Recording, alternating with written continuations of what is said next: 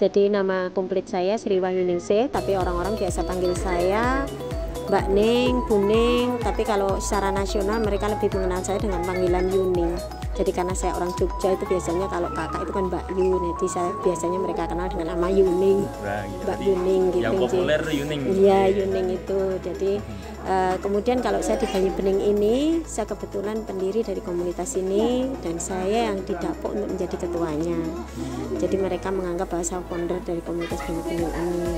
Jadi kita memang awalnya berawal dari keprihatinan kita tentang keadaan kualitas maupun kuantitas maupun kualitas air yang ada di sekitar kita gitu ya. Terjadinya beberapa kerentanan air. Kenapa selalu penyelesaian kerentanan air di daerah-daerah kekeringan tertentu hanya diselesaikan dengan dropping air, dan itu kan sangat tidak ada edukasi. Jadi bahasa saya adalah sebetulnya itu membentuk manusia mental-mental pengemis di masyarakat kita. Nah, bagaimana kita mampu menyuguhkan kepada mereka sebuah solusi yang bisa mereka lakukan untuk mengatasi ketidakberdayaan atas air yang ada di mereka. Jadi kita menyodorkan ada apa sih dengan air hujan, kenapa nggak pernah ditoleh selama ini tentang air hujan itu gitu loh. Mulailah dari situ kita berpikir tentang air hujan ini gitu loh.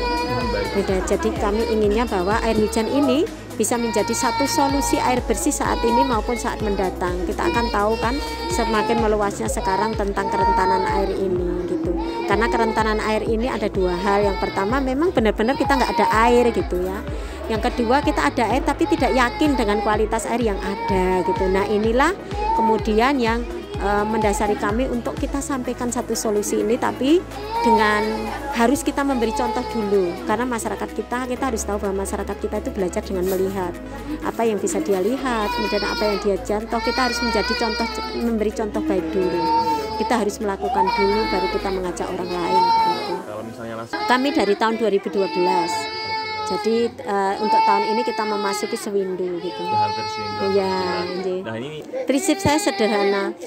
Tidak mudah bukan berarti tidak mungkin, itu yang saya pegang, sehingga apapun yang mungkin menurut orang ini menjadi kendala ya, itu bagi saya ya itu tantangan, dan itu sesuatu ibarat kita berjalan itu improvnya ya seperti itu, lagu itu ada improvnya, kita nggak flat-flat saja, tentu seperti itu, tentu nggak mudah. Apalagi tentang air hujan ini kan terkait dengan mindset yang terjadi di kebanyakan masyarakat kita. Mindset masyarakat kita, cara pandang masyarakat kita terhadap air hujan itu rata-rata negatif, 90% lah negatif tentang air hujan, mungkin 99% malah ya. Nah inilah ketugasan kita untuk menyampaikan, merubah mindset mereka bahwa air hujan ini baik-baik saja, aman-aman saja, tidak apa-apa. Bahkan air hujan ini akan memberikan manfaat yang luar biasa untuk kehidupan kita sehari-hari gitu.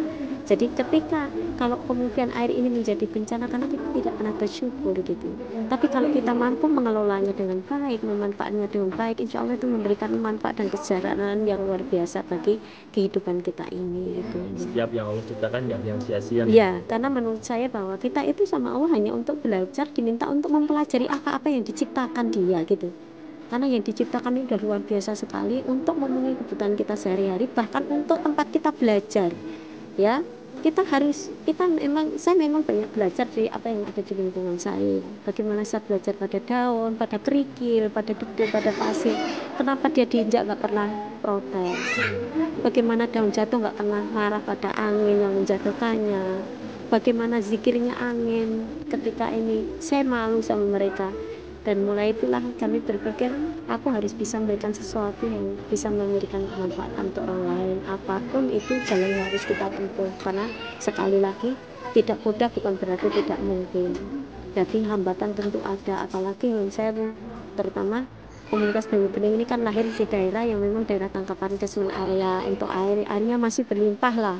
Kita bikin sumur 2 meter aja airnya udah melimpah gitu, dan itu tentu sangat tidak mudah. Tapi sekali lagi itu bukan menjadi satu hal yang kemudian membuat kami harus menyerah, tidak. Kami harus sampaikan bahwa banyak di luar sana yang membutuhkan informasi ini untuk sampai ke mereka. Jadi sederhana saja saya itu bahwa sampai ilmu ini sampaikan kepada orang ilmu ini sampai orang itu paham, mengerti dan mau melakukan.